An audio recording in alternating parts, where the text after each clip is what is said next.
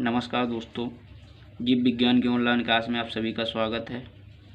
जीव विज्ञान विषय में कक्षा 10 तथा 12 के लिए आज हम स्तन ग्रंथि के बारे में अध्ययन करेंगे।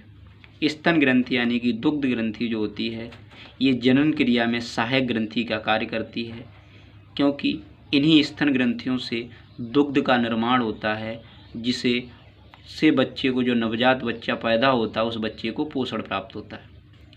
दुग्ध ग्रंथि महिलाओं के वक्ष यानी कि सीने पर दोनों तरफ उभरी हुई एक संरचना होती है, जिसे दुग्ध ग्रंथि के नाम से जानते हैं।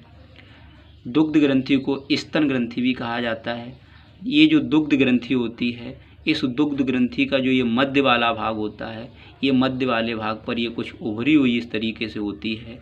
इस उभरे हुए भाग को स्तनाग्र तथा चूचुक कहा जाता है। इस स्तनाग्र के ऊपर एक कलर्ड परत पाई जाती है। इस कलर्ड परत को एरियोला कहा जाता है। इसी चूचुक को जब बच्चा माँ का दूध पीता है, तो इसी चूचुक को मुंह में दबाकर माँ का दूध पीता है। इसके साथ साथ स्तन ग्रंथि जो होती है, इसका संयोजी ऊतक जो होता है, जिससे ये बनी होती है, पूरा ऊतक लगभग 15 से 20 पालियों यानी कि हिस्सों में बटा हुआ होता है।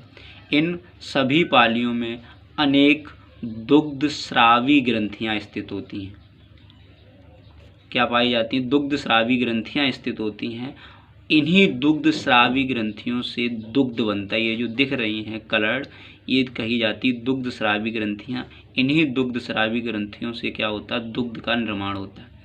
इन दुग्ध स्रावी ग्रंथियों को एल्वियोलाई कहा जाता है। जब बच्चे का जन्म हो जाता है, तो यही दुग्ध स्रावी ग्रंथियां जो एल्वियोलाई हैं, ये फैल जाती हैं और इनमें दुग्ध बनना प्रारंभ हो जाता है।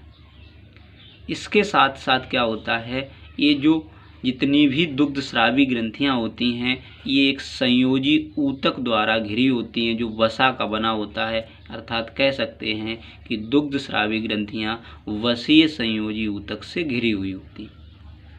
इन सभी दुग्ध स्रावी ग्रंथियों से लगभग 15 से 20 नलिकाएं निकलती हैं, जो स्तनाग्र तथा चूचुक तक अलग अलग छिद्रों द्वारा खुली होती।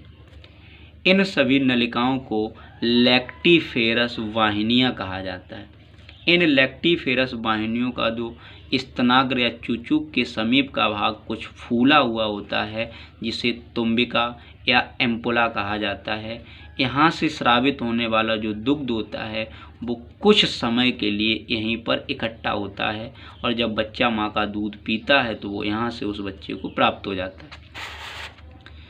इस प्रकार से जब महिलाओं की आयु लगभग 44 या 45 वर्ष हो जाती है, तो ये जो दुग्ध स्रावी ग्रंथियां हैं, ये क्षीण होकर धीरे धीरे नष्ट हो जाती हैं।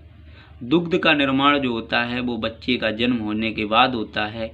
क्यों? क्योंकि जब बच्चे का जन्म हो जाता है, तो महिलाओं के शरीर से कुछ हार्मोन्स निकलते हैं। ये हार्मोन्स इन दुग्ध स्रावी ग्रंथियों से दुग्ध बनाने की क्रिया को प्रेरित करते हैं। ये होती इस तरीके से स्तन ग्रंथि।